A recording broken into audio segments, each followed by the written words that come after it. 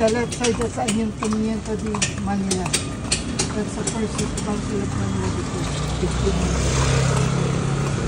But now it's a cathedral that's the mother of all churches, Roman Catholic.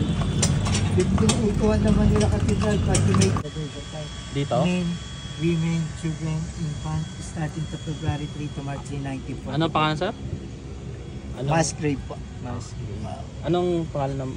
Plazuela de Santa Isabel. Plazuela de Santa Isabel. In Memorial Park. In English? Is a small park. Small park. Mass grave dito. So nandito po talaga yung mga katawan nila?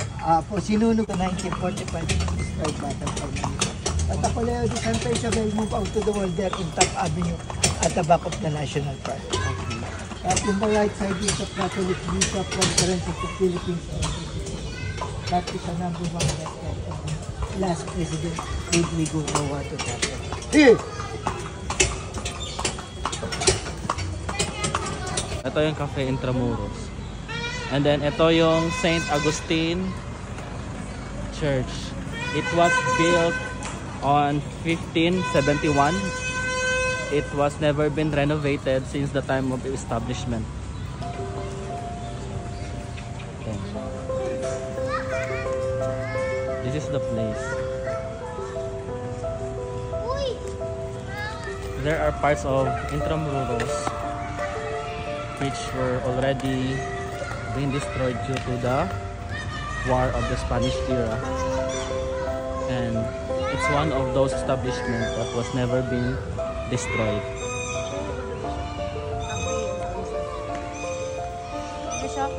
Restaurants here in Intramuros, Casa Vera, and then Barbaras. Masarap daw dito eh. Then Balay Pandesal. Diyan ako mapasok ako sa Barbara. Loob ng Barbara.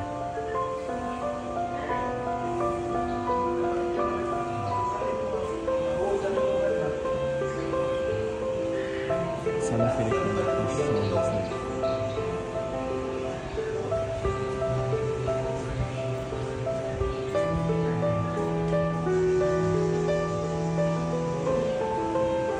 classic. Raya of the Royal Castle.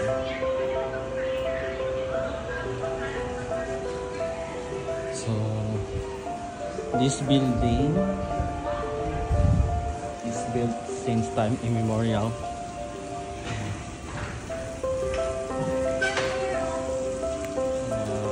Naman yung sa kabilang side ng Intramuros. Tetre Casa Manila Museum.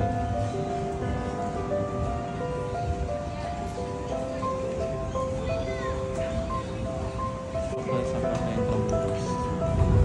Try natin yung coffee nila. Yan.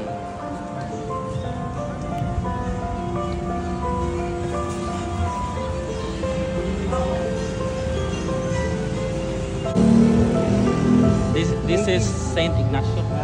1878 to 1945, destroyed Battle of But Saint Ignatius Church moved out to the world there in Quezon City.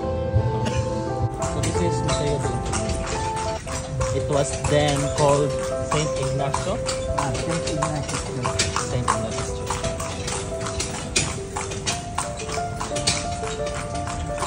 So this is first time. Ito yung gallery of 16th President of the Philippines. Pagkatapos ng termino ni Marcos next year. So, dito na yun. Yeah. So next start Yung Santa Lucia. Ano tong building na to? But in the right side is a Vittorio de la Campagna de Jesus established by variable Mother Ignacia. Mother Ignacia was a mestiza Chinese from Binondo. That is a house of tenants. But during 2003 used for the Bagong Bayan Light and Sound Museum, but we call this Wax Museum. But in the left side it's a Jesuit compound. Jesuit compound, but now one of the University of City of Manila or Pamantasan Lungsod before. Now, Ito yung Pamantasan Lungsod na Maynila, that's a State University.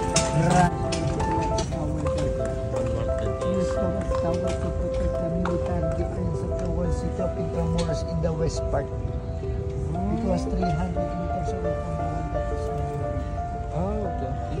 But during Japanese occupation, the baluarte de San Diego used for the torture chamber.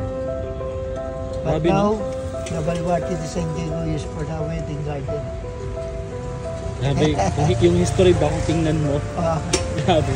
From very harsh to wedding. Grabe. So, this is the LTO Culinary Institute. Maybe patay ko. Hey!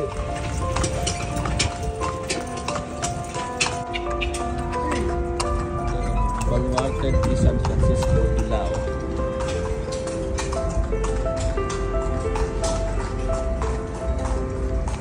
Ito yung one of the heritage here in Intramuros. So, ito yun.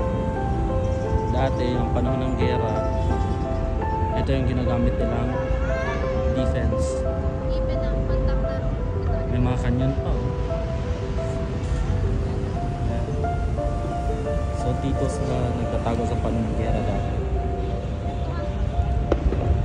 Ngayon naging parke na, naging tourist pa.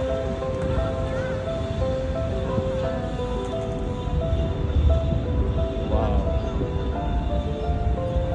Very nostalgic. Ang tibay ng structure. Imagine ilang 100 years ago na itong mga structure na ito. Hindi pa rin nasisira even until now. Unlike ngayon yung mga bagong kalsada natin, hindi aabot ng taon sira na. So ito yung canyon. Ito yung ginagamit nila dati. Wow. Daming canyon, no? Imagine nagigera dito dati.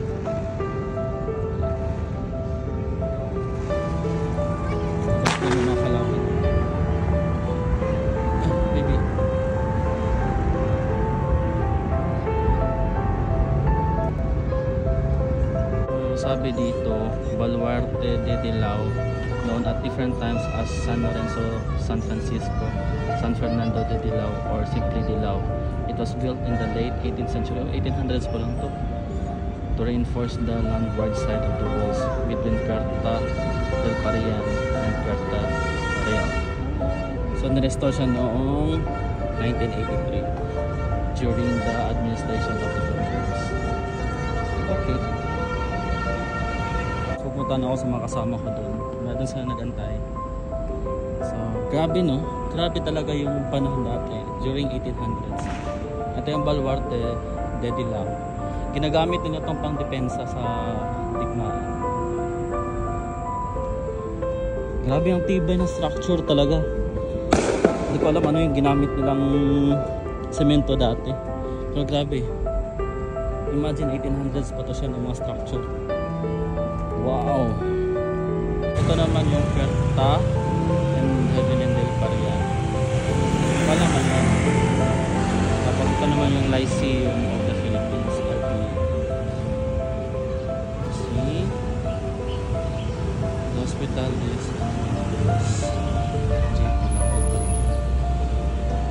okay. So ito naman yung Plaza de Gobernador. Samantala, ito naman yung highlight ng Intramuros, yung Cathedral Church. Palacio del Gobernador. So ito pala lang. So ito guys, so sana nag-enjoy kayo sa tour namin dito sa Intramuros. Okay. Salamat!